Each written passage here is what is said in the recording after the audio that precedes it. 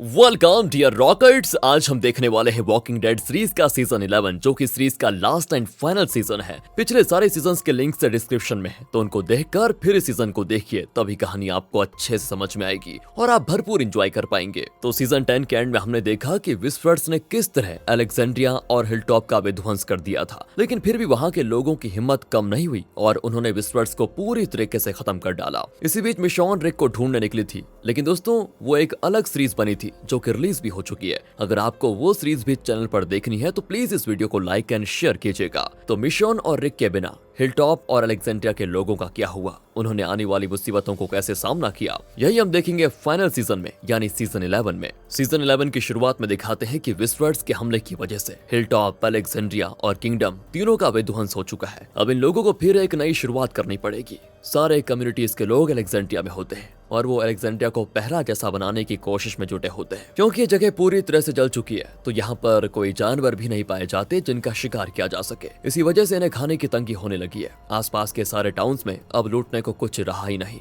अब इन्हें खाना और दूसरी चीजें लाने के लिए किसी जगह की तलाश करनी पड़ेगी। मैगी कहती है कि मेरे नए साथी जहाँ रहते थे वहाँ बहुत सप्लाईज मिल जाएंगी, लेकिन फिलहाल वहाँ पर रिपर्स ने उस जगह पे कब्जा किया हुआ है, पर क्योंकि वो संख्या में बहुत ही कम है तो हम रात में उन पर हमला कर सकते हैं। डेरल, निगेन और अलेक्जेंड्रिया के कुछ लोग भी मैगी और उसके साथियों के साथ जाने के लिए मान जाते हैं, लेकिन कैरोल अलेक्जेंड्रिया में ही रुक जाती है। पर मैगी दोस्तों अब भी निगेन से बहुत चिढ़ी हुई है और उसके साथी भी निगेन के साथ बहुत ही बुरा बर्ताव करते हैं। ये लोग कोई नया रास्ता पकड़ते हैं जिसके बारे में सिर्फ निगेन जानता है। निगेन इनको वार्न भी करता है कि ये रास्ते खतरे से खाली नहीं है, लेकिन मैगी उसकी एक नहीं सुनती। रीपर्स की नजरों से बचकर ये लोग अंडरग्राउंड के एक टनल के रास्ते से जाते हैं। वहाँ एक ट्रेन खड़ी होती है। ये लोग उसके साइड से नहीं गुजर सकते क्योंकि दोनों तरफ के रास्ते पत्थरों से बंद हो चुके हैं। इन्हें ट्रेन के अंदर से उस पार निकलना होगा, पर ट्रेन का दरवाजा नहीं खुलता, तो वो एक एक करके ट्रेन के ऊपर चढ़कर जाने की कोशिश करते हैं। इतने में ढेर सारे ज़ॉम्बीज भी वहाँ पर पहुंच जाते हैं। आखिर में मैगी चढ़ती है तो ज़ॉम्बीज उसका पैर पकड़कर खींचते हैं। निगेन उसे बचा सकता था, लेकिन वो ऐसा नहीं करता। मैगी नीचे उतरकर ज़ॉम्बीज से लड़ती है। दूसरी ओर डेविड, किंग, उनकी एक साथी जिनका नाम यूमिको है, और फिर प्रिंसेस नाम की वो लड़की जो इन्हें अपने अड्डे पे लेकर जा रही थी, ये चारों एक सोल्जर ग्रुप के बीच फंस गए थे। सोल्जर्स इन चारों को एक कैंप में लेकर जाते हैं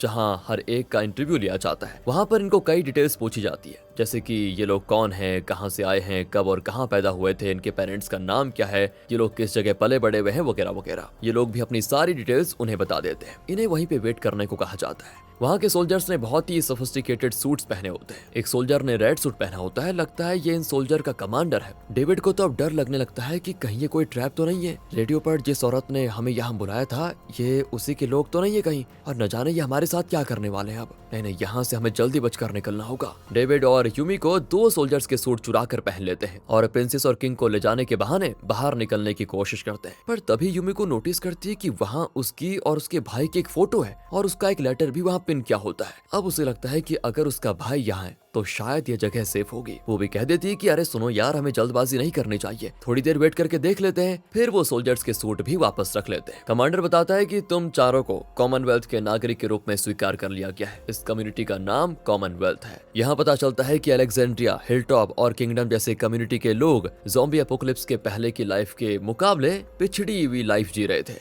लेकिन यहाँ कॉमनवेल्थ में ऐसा नहीं है। यहाँ पे लोग अभी भी पहले जैसी सुविधाजनक जिंदगी जीते हैं। यहाँ कायदे कानून है और इलेक्शंस भी होते हैं। दूसरी ओर मैगी बड़ी मुश्किल से ज़ॉम्बीज को खत्म कर देती है और ट्रेन पर चढ़ जाती है। वो पहले निगेन पर चिल्लाती है क्योंकि उसने मैगी की मदद नहीं की। फिर वो दूसरे कंपार्टमेंट की ओर जाते हैं। इनका एक साथी पिछले कंपार्टमेंट में ज़ॉम्बी के हाथ लग जाता है और बचाव के लिए चिल्लाता भी है। निगेन उसे बचाने चाहता है, लेकिन मैगी मना कर देती है कि हमारे पास सिर्फ एक बुलेट है, अगर उसे बचाने की कोशिश करेंगे तो हम सब ज़ॉम्बीज का शिकार हो जाएंगे। वो आदमी बेचारा ज़ॉम्बीज का शिकार हो जाता है। कुछ देर पहले मैगी निगेन को डांट रही थी कि तुमने मुझे बचाया क्यों नहीं, लेकिन अब वो निगेन को अपने साथी को बचाने से रोक रही है। वेल दोस्तों, अब आप ही बताइए यहाँ पर अच्छा कौन है और बुरा कौन है, क्योंकि मुसीबत कभी कभी अच्छे बुरे के बीच की वो पतली लकीर मिटा देती है। खैर, अब ये लोग ट्रेन के ऊपर चढ़कर आगे बढ़ जाते हैं। वो देखते हैं कि वहाँ पर कई लाशों को उल्टा लटकाया गया है और ये भी रिपर्स का ही किया कराया है। तब रिपर्स इनकी ओर चले आते हैं। मैगी की टीम बिखर जाती है और सभी अलग अलग दिशाओं में बचकर भागते हैं। मैगी तो एक बिल्डिंग में छुप जाती है और वहाँ के ज़ॉम्बीज को मार डालती है। तब वो अपने घायल साथी को देखती है। होती है। इतने में रीपर्स मैगी पर हमला कर देते हैं। वो तो मैगी की जान ही ले लेते,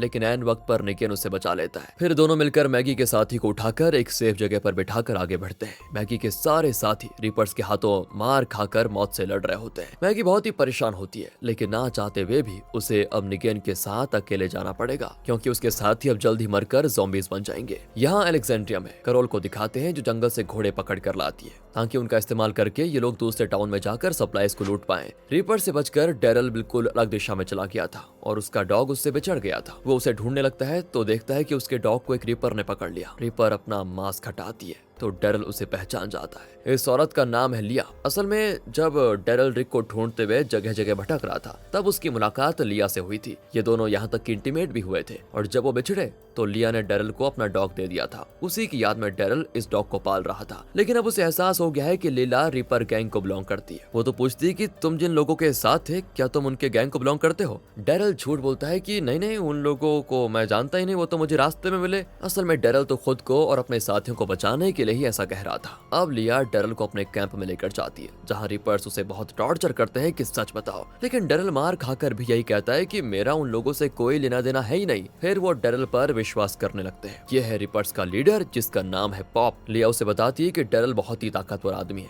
वैसे भी हमारे पास लोगों की कमी है, उसे अपने गैंग में शामिल करेंगे तो हमारा ही फायदा होगा। पॉप मान जाता है। लिया डैरल को ये बात बताने जाती है कि अचानक उस जगह पे आग लग जाती है। फिर वहाँ से लिया और डैरल बड़ी मुश्किल से आग से बाहर निकलते हैं। दरअसल दोस्तों, ये आग पता है किसने लगाई थी? पॉप ने। वो कहता है कि डैरल के लिए ये मेरा एक टेस्ट था, वो पास हो चुका है, आज से फिर ये भी एक रीपर है। इनके गैंग को ज्वाइन करने के अलावा डैरल के पास यहाँ पर कोई दूसरा रास्ता होता नहीं। दूसरी ओर दिखाते हैं डेविड, किंग, यूमिको और प्रिंसेस कॉमनवेल्थ में रहने लगे हैं। ये कॉमनवेल्थ का एक टॉप ऑफिशियल है, जिसका नाम है लैंस। वो विज्ञापन के जरिए बताता है कि कॉमनवेल्थ में हर किसी को उसके टैलेंट और काबिलियत के हिसाब से काम दिया जाएगा। डेविड, किंग और प्रिंसेस को उनके पास्ट एक्सपीरियंसेस के बल पर साधारण पोजीशन दिए जाते हैं, लेकिन यूमिको एक लॉयर थी तो उसको एक ऊंची पोजीशन दी जाती है। वो अपने भाई से आखिरकार मिल ही लेती है, जो कि एक बेकरी में काम करता है। कॉमनवेल्थ अलेक्जेंड्रिया से कई गुना ज्यादा बड़ा है, जहाँ कम से कम 50,000 लोग रहते हैं। डेविड आखिर उस औरत से मिल पाता है जो उससे रेडियो पर बात करती थी। उसका नाम है स्टेफनी। डेविड उसे अलेक्जेंड्रिया की हालत के बारे में बताता है और उसकी मदद मांगता है। वो बताती है कि कॉमनवेल्थ की सरकार बहुत स्ट्रिक्ट है और अलेक्जेंड्रिया को कांटेक्ट करने के लिए सरकारी परमिशन की जरूरत पड़ेगी, जिसके मिलने में बहुत वक्त भी लग जाएगा। इसीलिए हम चुपके से अलेक्जेंड्रिया को रेडियो पर कांटेक्ट करेंगे, जैसा कि मैंने तुम्हारे साथ भी किया था। फिर वो अलेक्जेंड्रिया को कॉल कर रोसिटा से बात करते हैं, पर इतने में कमांडर को खबर हो जाती है और वो इनको रंगे हाथों पकड़ लेता है। तो अब इन्हें कानून के हिसाब से कोई सजा दी जाएगी, लेकिन लैंस कहता है कि इन्हें कुछ मत करो। यहाँ अलेक्जेंड्रिया में दूसरे बच्चे जुडिथ को बड़ा तंग करते हैं, क्योंकि यहाँ पे उसका कोई नहीं है, ना रिक है ना ही मिशॉन, और अब डैरल भी यहाँ पे नहीं है। सिर्फ मिशॉन का बेटा ओरेगन है, जिसे जुडिथ अपना मानती है। वो बहुत अकेली पड़ चुकी है। दूसरी ओर मैगी और निकेन को दिखाते हैं, जिनकी बहस कभी खत्म ही नहीं होती। फादर इनके एक और साथी को लेकर आता है, जिसका नाम है एलिजा। एलिजा वही आदमी है जो पहली बार मैगी के साथ मास्क पहन कर आया था। ये चारों यहीं पर डैरल का इंतजार करते हैं, लेकिन हम तो जानते हैं कि डैरल ने रिपर्स को ज्वाइन कर लिया है। रिपर्स तो डैरल के एक और साथी को पकड़ लाए थे। वो डैरल से कहते हैं कि तुम जाकर उससे पूछो कि तुम्हारी लीडर कहाँ पर है।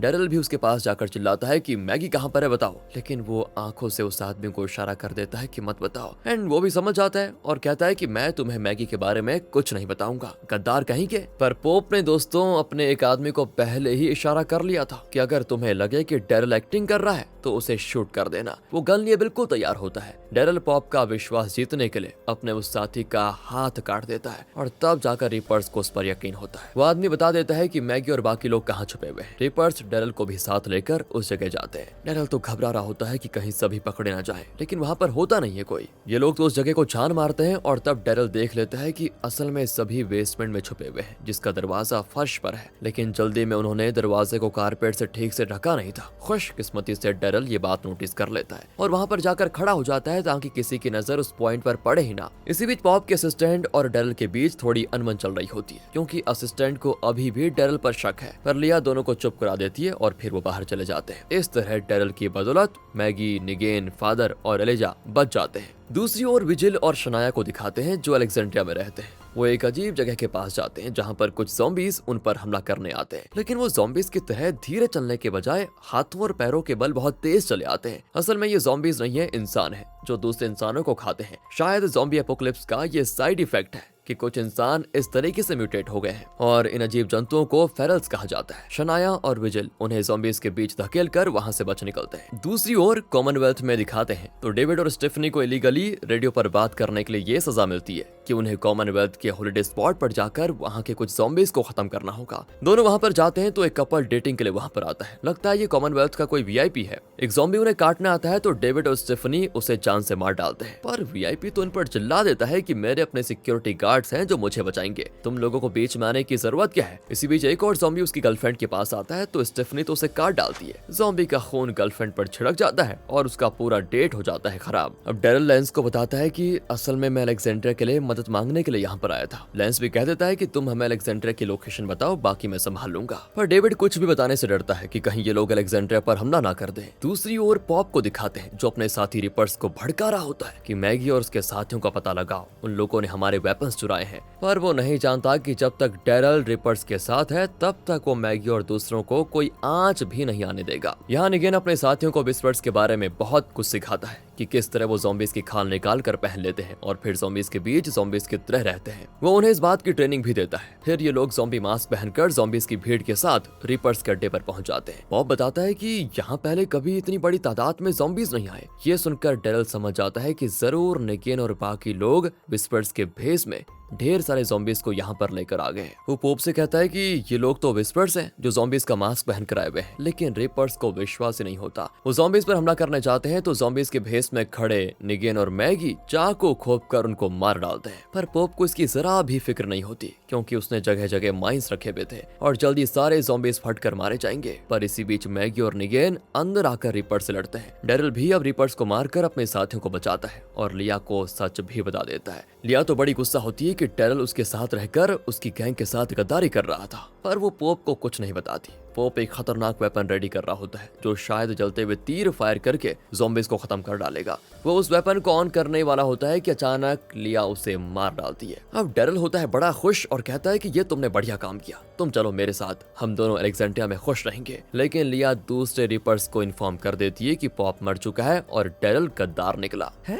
ये सुनकर डेरिल चौंक जाता है और अपने साथियों की मदद करने के लिए नीचे आ जाता है। नीचे रिपर्स भी ज़ॉम्बीज और मैगी के साथियों से लड़ रहे होते हैं। अचानक लिया रिपर से कहती है कि उन सबको छोड़ दो और दूर चले जाओ। वो उसका ऑर्डर मान लेते हैं। डेरिल की समझ में नहीं आता कि लिया ऐसा क्यों कर रही है और तब पता चलता है कि असल में वो पॉप का वो खतरनाक वेपन ऑन करके ज़ॉम्बीज के साथ साथ डेरिल के साथियों को भी खत्म कर देना चाहती थी। वो वेपन को ऑन करती है तो जैसे ही आग से बने तीर बरसते हैं सारे ज़ॉम्बीज का खात्मा हो जाता है। लेकिन डेरिल, निगेन, मैगी और उसके साथी बच जाते हैं और फिर भी रिपर से लड़ रहे होते हैं। मैगी तो पोप के असिस्टेंट की जान लेने वाली होती है, लेकिन डेरिल उसको रोकते हुए कहता है कि इसी की मदद से हम यहाँ से बच निकल पाएंगे। वो उसे गन पॉइंट पे लेकर लिया को धमकाते हैं कि हमें छोड़ दो वरना इसे मार डालेंगे। लिया के ज्यादातर साथी मर चुके थे तो वो असिस्टेंट को मारने नहीं देना चाहती, इसीलिए वो इस डीलिंग के लिए मान जाती है। डेरिल भी असिस्टेंट को छोड़ देता है, लेकिन असिस्टेंट को वापस पाने के बाद लिया कहती है कि तुम लोग यहाँ से बच नहीं पाओगे क्योंकि हमारा एक स्नाइपर ऊपर से तुम पर एम करके खड़ा हुआ है। तुम चाहो तो वो डेमो देख सकते हो। और तभी ऊपर से एक स्नाइपर शूट करता है, लेकिन गोली एक रिपर के पैर में लगती है। सभी बौखलाकर ऊपर देखते हैं।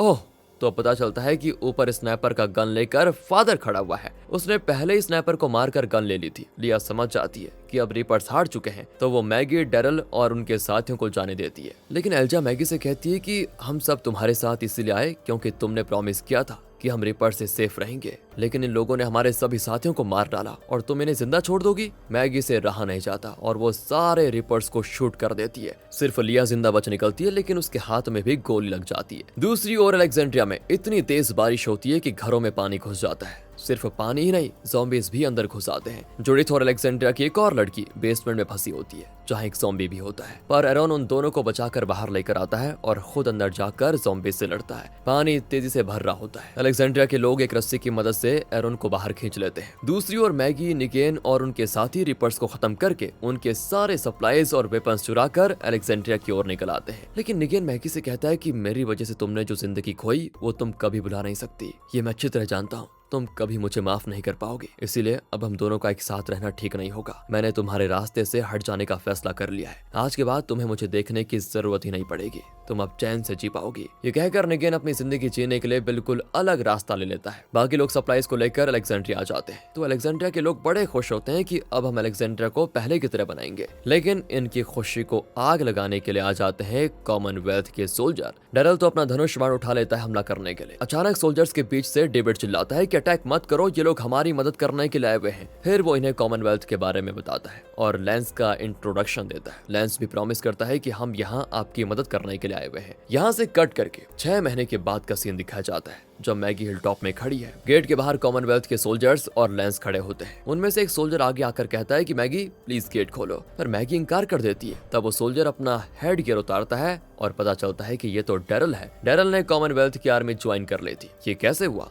और ये सोल्जर्स हिलटॉप के आगे क्यों खड़े हुए हैं, ये जानने के लिए वापस 6 महीने पहले जाना होगा। तो डैरल, ओरेगन और जुडिथ एक खतरनाक जगह पे होते हैं जहाँ ज़ॉम्बीज़ इन्हें पकड़ने वाले होते हैं। पर असल में ये एक अम्यूजमेंट पार्क है जो कि कॉमनवेल्थ के अंदर है। मतलब अलेक्जेंड्रिया के कई लोग कॉमनवेल्थ के नागरिक बन चुके हैं। वहाँ सभी को अपनी अपनी काबिलियत के मुताबिक काम दिया गया है। सभी के अपने घर हैं, एक अच्छी लाइफ जी रहे हैं सब। डैरल और ओसिटा को कॉमनवेल्थ में सोल्जर का काम दिया जाता है क्योंकि दोनों बहुत ही स्ट्रांग हैं और लड़ना जानते हैं। जैसे पहले भी हम देख चुके हैं कि अगर कोई जगह परफेक्ट होती है तो जरूर उसमें कोई ना कोई प्रॉब्लम तो होती है। यहाँ पर भी प्रॉब्लम्स हैं। जो लोग ऊंची पोजीशन पर होते हैं उन्हीं को सारी सुविधाएं दी जाती है, बाकी लोग हमेशा के लिए निचले दर्जे में फंसे रहते हैं, जिसकी वजह से होता यह है कि भेदभाव हो जाता है। ये जगह जिनकी मेहनत से बनी हुई है, इसकी दिनचर्या जिन लोगों की वजह से चलती है और इसे साफ सुथरा रखने का काम जो लोग करते हैं, उन्हें यहाँ निचला ही दर्जा मिलता है। और जाहिर सी बात है ये गलत है और बहुत सारे लोगों को इस सिस्टम से शिकायत भी है। ऐसे में लैंस की सुपीरियर को दिखाते हैं जो कि कॉमनवेल्थ की गवर्नर है, जिसका नाम है पमेला।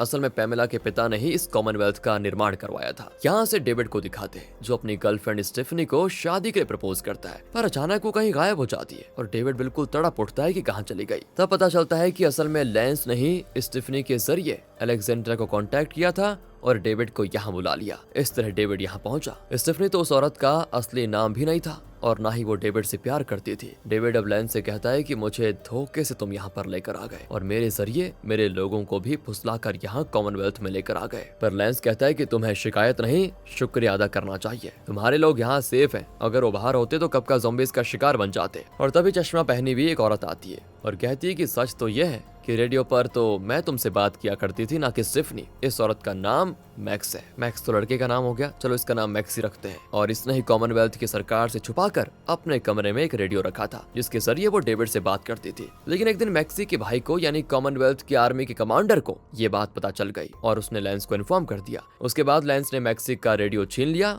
उसकी जगह पे स्टीफनी को बात करने पे मजबूर किया। असल में स्टीफनी सिर्फ मैक्स की एक्टिंग कर रही थी और जब मैक्स डेविड को ये सब बताती है तो डेविड को तसल्ली हो जाती है और उसे खुशी भी होती है कि आखिर उसका सच्चा प्यार उसे मिल गया। दूसरी ओर हमें बताया जाता है कि कॉमनवेल्थ नाम के इस कम्युनिटी का असली मकसद क्या है। ज़ॉम्बी एपोकलिप्स के बाद अब ना अलग अलग देश रहे ना कोई सरकार। जो इंसान बचे हुए हैं वो अलग अलग कम्युनिटीज में जी रहे हैं जिनके अलग अलग लीडर्स हैं। पमेला का मकसद यह है कि इन सारे कम्युनिटीज को एक साथ कॉमनवेल्थ में रहने की जगह दे दे। दुनिया में ना कोई अलग कम्युनिटी होगी और ना ही कोई और लीडर। कॉमनवेल्थ दुनिया का इकलौता देश रहेगा और इस इकलौते देश की इकलौती लीडर होगी पमेला, यानी दुनिया की लीडर। यही चाहती है दोस्तों वो, इसीलिए वो अलग अलग कम्युनिटीज के सर्वाइवर्स को यहाँ पर लेकर आना चाहती है। अब अलेक्जेंड्रिया के लोग भी कॉमनवेल्थ में सेटल हो चुके हैं, लेकिन मैगी किसी और कम्युनिटी में जाकर महज एक नागरिक बनकर नहीं रहना चाहती। वो तो हिलटॉप में अपने एक अलग ही ग्रुप के साथ रहने लगी है। मैगी की तरह विमेंस गैंग भी कॉमनवेल्थ नहीं जाना चाहता। लैंस और पमेला मैगी से इस बारे में बात करने आते हैं, लेकिन वो हिलटॉप छोड़कर जाने से साफ इनकार कर देती है। उसे तो ये डर भी है कॉमनवेल्थ के पास इतने सारे वेपन्स हैं जिनके बल पर ये लोग हमें कंट्रोल करने की पूरी कोशिश करेंगे। मैगी को यहाँ पर आजाद फील होता है और कॉमनवेल्थ में जाकर वो सरकार से डरकर जीना नहीं चाहती। लैंस को मैगी पर बड़ा गुस्सा आता है, लेकिन वो फिलहाल कुछ नहीं करता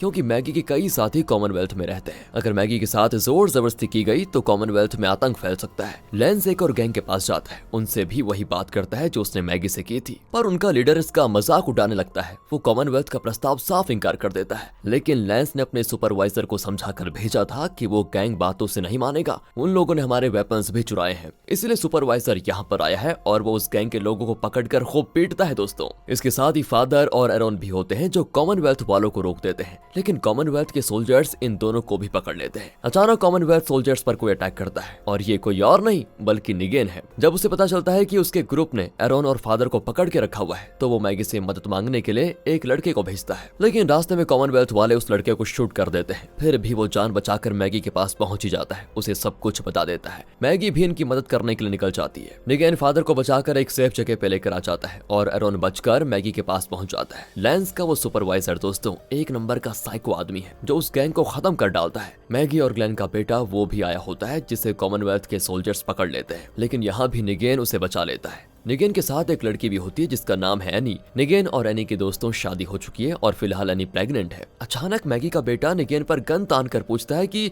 आपने मेरे पापा को मार डाला था ना। निगेन का चेहरा उतर जाता है और वो बच्चे से झूठ नहीं बोलता बल्कि अपना गुनाह कबूल कर लेता है। फिर सभी मिलकर कॉमनवेल्थ के सोल्जर्स को खत्म कर देते हैं, लेकिन उन्हें डर भी लगता है क्योंकि कॉमनवेल्थ की आर्मी बहुत बड़ी है। असल में कॉमनवेल्थ के सारे सप्लाईज को रीपर्स की लीडर लिया ने चुराया था, पर इल्जाम दूसरे गैंग पर लगा और इसीलिए कॉमनवेल्थ के सोल्जर्स उस गैंग को मार डालते हैं। ये कॉमनवेल्थ की गवर्नर पमेला का बेटा है जॉर्ज, वही वीआईपी दोस्तों जो अपनी गर्लफ्रेंड के साथ डेट पर गया था। वो ज़ॉम्बीज से लड़ना तो चाहता है लेकिन उसे एक चाकू भी ठीक से पकड़ना नहीं आता। वो सबके सामने बस शो ऑफ करता है कि मैं ये कर सकता हूँ वो कर सकता हूँ, पर कुछ कर नहीं सकता। पर डैरल भाई तो उसकी असलियत को जानता है तो वो सबके सामने उसका मजाक उड़ा देता है। उसे गुस्सा तो आना ही था। वो डैरल और रोसिटा से कहता है कि कुछ दूर पर जो घर है वहाँ के लॉकर से मुझे कुछ पैसे चाहिए, वहाँ वॉकर्स घूम रहे हैं, इसलिए तुम उन वॉकर्स को मारकर मेरे लिए पैसे लेकर आओ। पर कहाँ ये लोग तो जाने से इनकार कर देते हैं, तो वो ओरेगन, जूडिथ और रोसिटा के बेटे को धमकी देने लग जाता है। फिर यहाँ इनके पास कोई रास्ता नहीं होता तो ये दोनों उस घर में जाते हैं। इसी बीच जॉर्ज कमांडर से कहता है कि वो दोनों पैसे चोरी करने के लिए गए हैं। कमांडर उन्हें रंगे हाथों पकड़ लेता है,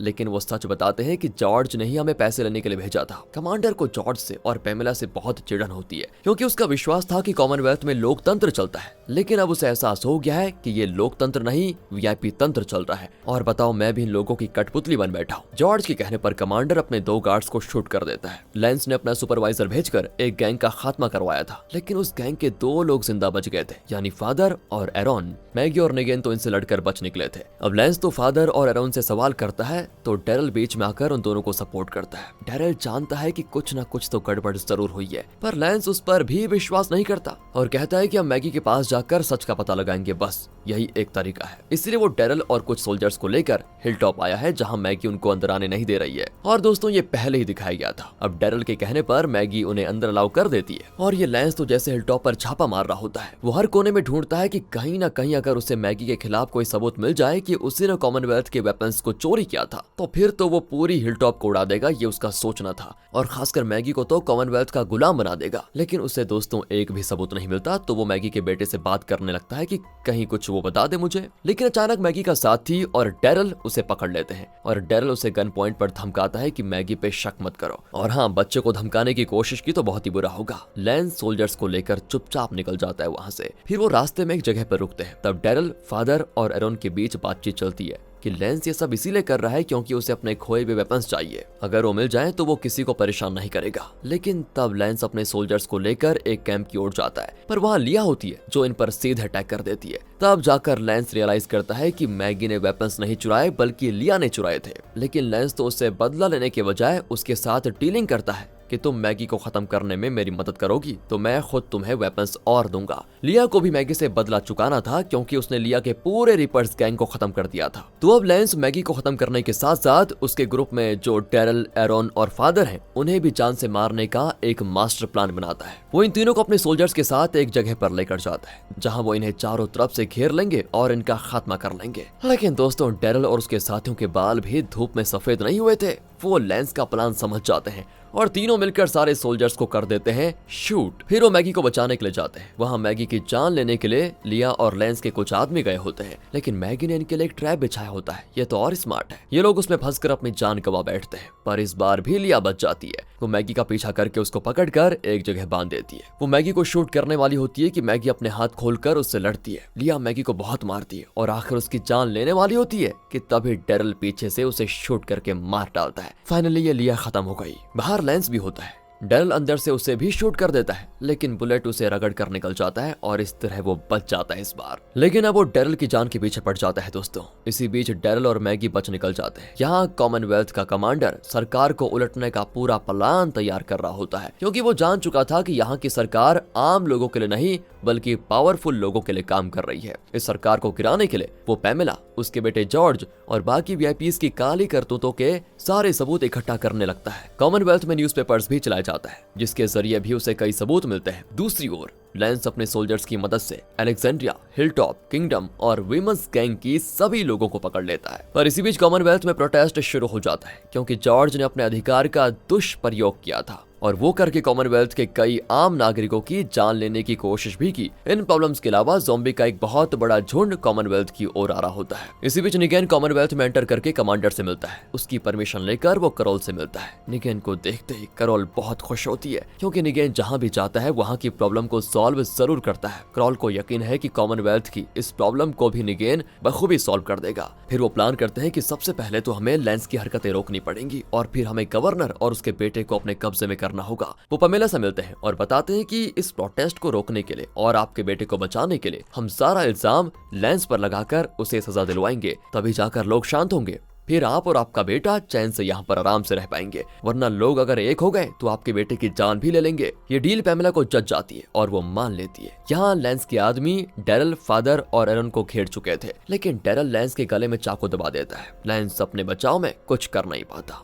डेरल उसके हाथ पर चाकू घोंप देता है। फिर वो लैंस को कॉमनवेल्थ लेकर जाते हैं और सबके सामने जॉर्ज के किए का इल्जाम लैंस पर लगा देते हैं, जिसकी वजह से अब सजा जॉर्ज को नहीं लैंस को मिलेगी। लोग अब खुश हैं कि असली मुजरिम को सजा मिलने वाली है। लेकिन ये सब करके भी कॉमनवेल्थ की आम जनता को कोई राहत तो मिलने वाली से रही, क्योंकि कॉमनवेल्थ की सरकार को अभी भी पैमेला और उसका बेटा चला रहा है। तो जाहिर है करप्शन में ज्यादा फर्क तो आने से रहा। इसका पूरी तरह से अंत करने के लिए डेविड की गर्लफ्रेंड मैक्सी एक प्लान बनाती है। जॉर्ज उसे बताता है कि कॉमनवेल्थ के आम लोग एकदम बेवकूफ निकले। मैं इतनी सारी गलतियां करने के बावजूद यहाँ पर बताओ राज कर रहा हूँ। लोगों को तो बस एक बकरा चाहिए इल्जाम लगाने के लिए। बेचारा लैंस मेरी जगह फंस गया। ये लोग हमेशा मेरे गुलाम ही रहेंगे। खैर दोस्तों, अब कॉमनवेल्थ में लाइफ नॉर्मल होने लग जाती है और सभी बड़े खुश हैं। WWE मैचेस भी होते हैं जिसमें लोग बड़े एंजॉय करते हैं। जॉर्ज सबके सामने खुद को अच्छा साबित करने के लिए लैंस की खूब बुराई कर रहा होता है, लेकिन अचानक से स्पीकर पर उसकी आवाज के बजाय एक रिकॉर्डिंग प्ले होती है। जब वो मैक्सी के साथ बात करते हुए बड़ा रौब झाड़ रहा था ना कि लो बेवकूफ है, मेरे जुर्म की सजा लैंस भुगत रहा है और लोग हमेशा मेरे गुलाम ही रहेंगे वगैरह वगैरह, ये सारी बातें मैक्सी उस समय रिकॉर्ड कर रही थी और अब उसे प्ले कर देती है। रिकॉर्डिंग सुनकर लोग हाथ लगी हर चीज जॉर्ज पर फेंक देते हैं। इसी बीच ज़ॉम्बीज भी अंदर आ जाते हैं। असल में लैंस जिसे जेल में बंद करके रखा हुआ था, उसके आदमी ज़ॉम्बीज को कॉमनवेल्थ की ओर लेकर आए थे। ये लोग ज़ॉम्बीज को शूट करने लग जाते हैं, क्योंकि मैक्सी ने जॉर्ज की पोल खोल दी थी। वो गुस्से में मैक्सी को एक ज़ॉम्बी पर धकेल देता है, लेकिन ऐन वक्त पर डेविड उसको बचाता है और उस ज़ॉम्बी को सीधे जॉर्ज पर ही धकेल देता है और ज़ॉम्बी बाइट से जॉर्ज मर जाता है। और अब पैमेला डेविड से बदला लेना चाहती है, क्योंकि डेविड की वजह से ही उसके बेटे जॉर्ज की जान गई और अब वो ज़ॉम्बी बन गया है। कॉमनवेल्थ के कोर्ट में डेविड पर मुकदमा चलता है, उसे सजा मिलती है, लेकिन मैक्सी अपने भाई को बताती है कि सुनो, डेविड ने मेरी जान बचाने के लिए ही ज़ॉम्बी को जॉर्ज की ओर धकेला था। कमांडर उसकी बात को समझ जाता है और बिना किसी को बताए वो डेविड को आजाद कर देता है। फिर निगेन, उसकी वाइफ और अलेक्जेंड्रिया के कुछ और लोग जो कॉमनवेल्थ में रह रहे थे, उन सबको कॉमनवेल्थ से कुछ दूर ले जाया जाता है, जहाँ रेलवे ट्रैक को ठीक करने का काम चल रहा होता है। डेरल और क्रॉल अपने साथियों को बचाना चाहते हैं, तो वो लैंस को छुड़ाकर बाहर ले आ जाते हैं और पूछते हैं कि निगेन और दूसरों को कहाँ ले जाया गया है। वो बता देता है कि उन्हें रेलवे ट्रैक का काम करने के लिए ले जाया गया है, पर अचानक वो गन तानकर इन पर एम कर देता है और कहता है कि तुम लोग वहां कभी नहीं पहुंच पाओगे। तभी डेरल उस पर अपना तीर चलाकर उसकी जान ले लेता है। यहाँ निगेन और दूसरे लोग रेलवे का काम करके लौट रहे होते हैं। असल में उन्हें कॉमनवेल्थ में वापस नहीं लाया जाता, बल्कि एक लेबर कैंप में ले जाया जाता है, जो कि अलेक्जेंड्रिया में बनाया गया है, जिस जगह को ये लोग अपना मानते थे और वहाँ बिल्कुल आराम से रहना चाहते थे। बताओ, अब इनको वहाँ पर गुलाम बनकर रहना पड़ेगा। निगेन और किंग मिलकर अपने लोगों को बचाने का एक बढ़िया प्लान बनाते हैं, लेकिन लेबर्स का इंचार्ज इनकी बातें सुन लेता है। दोस्तों, निगेन फिर सारा दोष खुद पर ले लेता है ताकि वो दूसरों को छोड़ दे, लेकिन सोल्जर्स निगेन के साथ एनी को भी पकड़कर मार डालने वाले होते हैं। लेकिन तब किंग और अलेक्जेंड्रिया के सारे वर्कर्स उनके आगे खड़े हो जाते हैं कि अगर तुम्हें शूट करना है तो हम सबको शूट कर दो। सोल्जर्स शूट नहीं करते, क्योंकि कॉमनवेल्थ के टॉप लेवल पर ही करप्शन पूरी तरह से फैल चुका है। लेकिन सोल्जर्स ईमानदार हैं सारे,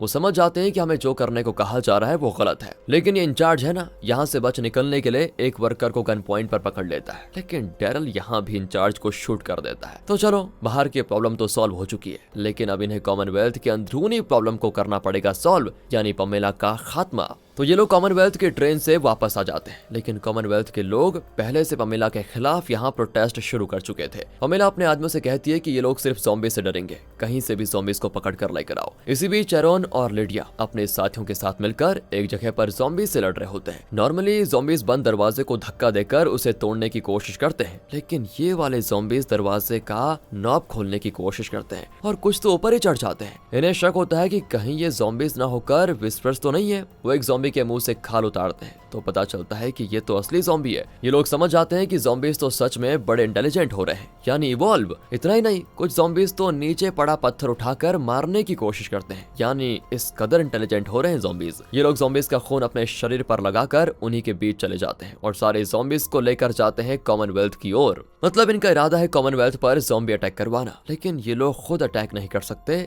इसीलिए ज़ॉम्बीज को कॉमनवेल्थ की ओर भेजकर वो बाहर एक आरवी वैन में चढ़ जाते हैं। लेकिन एलिजा बाहर फंस जाता है। लिडिया एलिजा को बचाने की कोशिश करती है, लेकिन तभी एक ज़ॉम्बी लिडिया के हाथ पर काट देता है। फिर वो अंदर आकर दरवाजा बंद कर देती है। अब इससे पहले कि वो ज़ॉम्बी बनती, वो अपना हाथ खुद काट लेती है, जिस पर मतलब ज़ॉम्बी ने काटा हुआ था। यहाँ कॉमनवेल्थ पर ज़ॉम्बी अटैक शुरू हो चुका है। इसी बीच निगेन और बाकी वर्कर्स ट्रेन से कॉमनवेल्थ के स्टेशन में पहुंच जाते हैं। वहां चेकिंग के लिए कुछ गार्ड्स होते हैं, लेकिन कमांडर उन सबको ज़ॉम्बी अटैक को हैंडल करने के लिए बुला लेता है, ताकि निगेन और उसके सारे साथी आराम से कॉमनवेल्थ में आ पाए। ये सुनकर पमेला को शक होता है और वो कमांडर को अरेस्ट करवा देती है। फिर जब ये लोग कॉमनवेल्थ पहुंचते हैं तो पमेला के आदमी इन पर शूट कर देते हैं। दोनों के बीच होता है घमासान शूटआउट। पमेला मैगी को शूट करती है, लेकिन तब मैगी को बचाने के लिए जुडिथ बीच में आ जाती है और उसे गोली लग जाती है। डैरल तुरंत उसे उठाकर हॉस्पिटल लेकर जाता है। यहाँ कॉमनवेल्थ के गेट को ज़ॉम्बीज पीटने लग जाते हैं, लेकिन वो इसे कभी तोड़ नहीं पाएंगे। इसलिए सोल्जर्स को लगता है कि ये ज़ॉम्बीज हमारा कुछ नहीं बिगाड़ सकते, लेकिन सोल्जर्स ये देखकर शॉक हो जाते हैं कि ज़ॉम्बीज तो गेट पर चढ़ रहे हैं। पीछे से एक ज़ॉम्बी अटैक करता है तो वो गेट के एक्सेस बटन पर गिर जाता है, जिसकी वजह से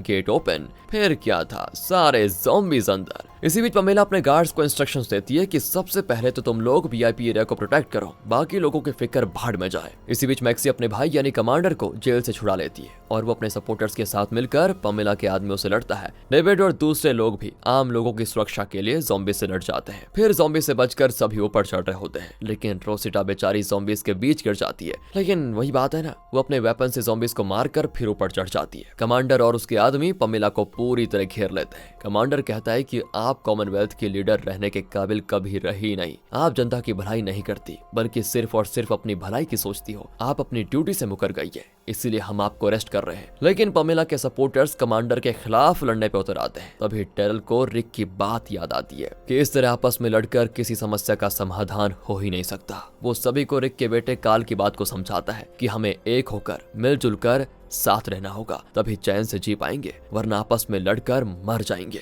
चैन नाम की कोई चीज नहीं होगी। फिर हमें मिलकर लड़ना है तो सिर्फ उन जंतुओं के खिलाफ जिन्हें हम वॉकिंग डेड कहते हैं। लोग उसकी बात समझ जाते हैं। पमेला को अरेस्ट कर लिया जाता है और सारे लोग मिलकर ज़ॉम्बी से लड़ते हैं। कॉमनवेल्थ में अब एक बड़ा मेंशन होता है जहां वो कई बॉम्ब सेट करते हैं। फिर सारे ज़ॉम्बीज को उस तरफ आकर्षित करते हुए वहां बंद कर देते हैं और बॉम्ब होता है विस्फोट। इस तरह ये प्रॉब्लम भी सॉल्व हो जाती है और सभी खुशी से अपनी पहली वाली लाइफ जीने लग जाते हैं। लेकिन रोसिटा पता है दोस्तों, जब ज़ॉम्बीज के बीच गिरी थी तो उसे एक ज़ॉम्बी ने काट लिया था। अब वो खुद भी ज़ॉम्बी बनने वाली है और कोई रास्ता न पाकर वो रोसिटा को मार डालते हैं। जुडिथ को बुलेट लगी थी लेकिन वो बच जाती है। इस तरह सब कुछ हो जाता है नॉर्मल। निगेन तो डायरेक्टली मैगी से अपने किए के लिए यानी ग्लेन को मार डालने के लिए माफी मांगता है। मैगी कहती तुम चाहे कितने ही लोगों की जान बचा लो, कितने ही भले इंसान क्यों ना बन जाओ, लेकिन मैं जब भी तुम्हें देखूंगी ना तो मुझे सिर्फ एक बात याद आएगी कि तुमने ग्लेन को मार डाला था, उसे मेरी लाइफ से छीन लिया तुमने, और मैं सच बताऊं तो तुम्हें कभी माफ नहीं कर पाऊंगी, पर क्या करूं, अब तुम भी मेरे परिवार का हिस्सा जो बन गए हो। ये सुनकर निगेन को थोड़ी तसल्ली हो जाती है कि इसने परिवार कहा, लेकिन ग्लेन की जान लेने का पछतावा दोस्तों से जिंदगी भर रहेगा। तो अब कॉमनवेल्थ बहुत बढ़िया जगह बन चुकी है।